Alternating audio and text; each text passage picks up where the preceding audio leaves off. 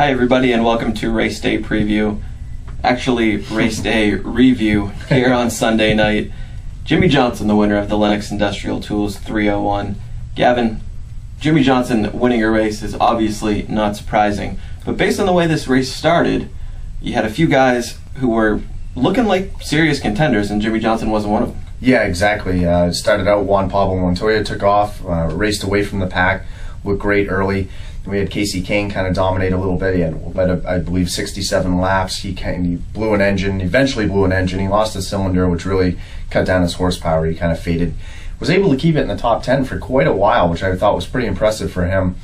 And then we had, and then we moved forward from there. And then eventually Jimmie Johnson ended up coming up with a win. It looked like Jeff Burton might be the guy with about 13 laps to go. He, a little bit of a pit gamble. They stayed out. Everybody else went in, and the end result was everybody passing him. He ended up getting into some trouble, and it was the Jimmie Johnson and Kurt Busch show at the end. So tough as the leader to know what's the right call there. Everyone else has you to base themselves off of. Right. But when he stayed out, Jimmie Johnson then dashed immediately into the pits. He goes, gets fresh tires. The caution comes out later. Burton then goes into the pits, but by then he had lost the track position, had no chance of coming back. That's what set up Jimmie Johnson and Kurt Busch, and really one of the more interesting finishes this track has seen in a while. Yeah, one of the more entertaining ones too. I mean, usually the modified race is what we're really pinpointing as the most exciting race of the weekend. And Burton admitted that had 2 or 3 guys stayed out with him, he likely would have been able to hold on to the lead. That didn't happen. So like you said, it went to Johnson and Busch, and it was very exciting. Busch kind of bumped him out of the way, coming out of turn 4, or going into turn 4, was able to take the lead with about 6 laps to go. And then Johnson had to fight his way back, and he admitted on the radio, I was listening to him, tuned in at that point, that he was pretty ticked off. He was pretty ticked off that Kurt Busch bumped him out of the way, and Kurt admitted in the interview after, in the post-race, that he did indeed try to just bump Jimmie Johnson. Wasn't trying to put him into the wall or anything like that, just aggressive driving that we've seen as of late, but good driving. I thought it was exciting. It was good stuff. And then Johnson ended up returning the favor with just over a lap to go. Couldn't get by Busch going into turn 1, coming out of turn 4. They raced down to turn 1. Johnson grabbed the lead in that last lap, lap 301, and was able to hold on for the win. Jimmie said after the race he was so angry when Busch went by him the first time. Yeah. If he had had the chance right then, he probably would have wrecked him. He probably would have put him in the fence. With some time to cool down and to realize he was still in second place at that point, sure, he kind of bided his time, put together a few good laps, got to Busch in the same spot Busch got to him, just tapped him a little bit, got his payback, and that's kind of one of the themes that we talked about coming into the week, whether there would be payback for all the incidents last week at Sonoma. And wouldn't you know, the whole race comes down to a very well executed instance of payback. Yeah, and it was, like you said, it was well executed. It wasn't dirty. I didn't get the sense that Kurt was by any means trying to push Johnson into a wall, get him out of the race. They're friends off the track. The crew chiefs are friends, so it's an interesting dynamic. They're just racing. That's all that is. And I think from Johnson's standpoint, he tends to be, he's a 4-time champion, so he gets himself into the right positions to win races and get points.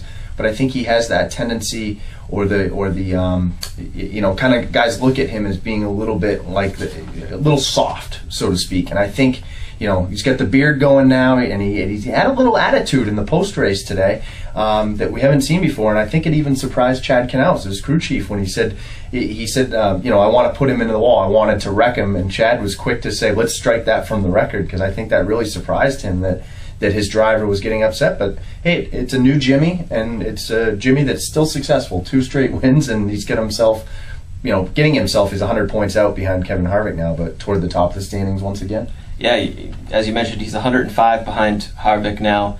Kyle Busch in third, 161 back. Denny Hamlin, 185 back.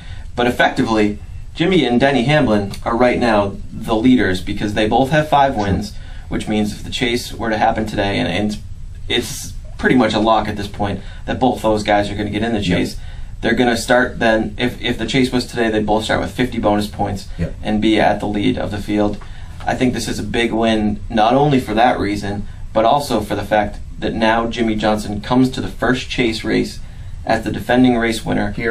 Here at a place he's won 3 times, at a place he's clearly got a good setup.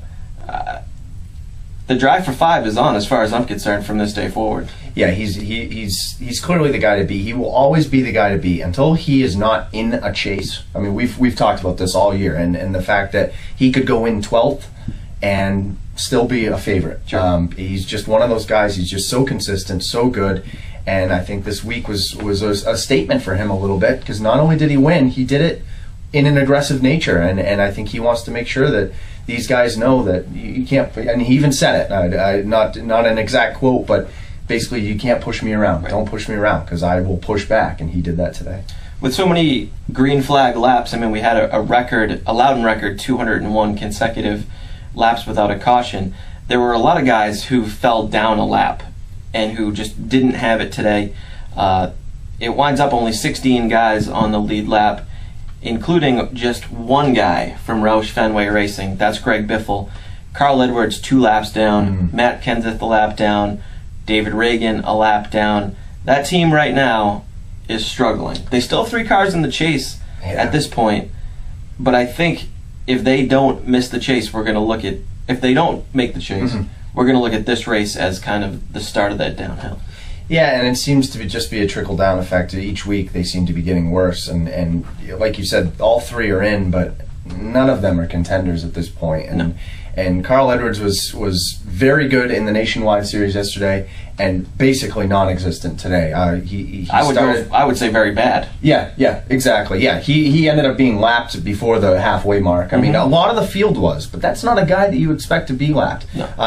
Biffle was on the lead lap, but he was not very good either for him. He's won here. Yeah. So this is a track that he knows and has raced well at this track. So I mean, yeah, it's a little strange given that we're 2 years removed from them being pretty much right on par with Hendrick, and now they're gone. And Joe Gibbs has kind of filled that gap right now, and Roush has some catching up to do. It's not good for them right now. Anybody else that you come out of here either impressed by or a little bit worried about going forward? Well, I thought Denny Hamlin's performance was a little bit, subpar today. He's a Gibbs guy. I think Kyle Busch was fairly good today. He was running inside the top 5 for a lot of the race. So I mean, Gibbs seemed to kind of have this track figured out. But for Denny Hamlin to finish where he did, I think he actually rebounded and finished 14th, but it's still not reflective of his day. Yeah, exactly. I think he may have grabbed that 14th on the last lap, because I mean, he was running outside the top 20 for a lot of the day, and he's another guy that can race well here. And I believe his quote after was just that they couldn't get stuff figured out. Every time they'd go into pit or try something different, it wouldn't work. And so I think maybe just chalk it up to a bad day, but very surprising given how well he's done this year. I look at the guys who are on the chase bubble, specifically the guys that came into this race out of the chase and now have 10 races to get themselves in. I'm talking about Ryan Newman, Clint Boyer, and Dale Earnhardt Jr. They finished 6, 7, 8. All had pretty good days, all kind of sticking around each other. They're going to be racing each other for the next 9 weeks trying to get in. And I think that today kind of set the groundwork for something pretty cool going forward. Yeah, definitely. All those guys, I think the fact that there's going to be such a tight race, I mean, we've seen some years where 12th place, it seems like it's just leaps and bounds ahead of 13th, and that there's really no, there's no chase to race to the chase, if so to speak. So it'll be kind of exciting to see who gets in this year, and you never know what can happen once we get into the chase. So the fact that we got half a dozen guys going for it's kind of nice. I know one thing that'll happen. We'll be here each week to talk about it. Stay tuned on Race Day Preview throughout the rest of the season. We'll see you next week and eventually in 10 weeks when we come back here to New Hampshire Motor Speedway. We'll see you then. Take care.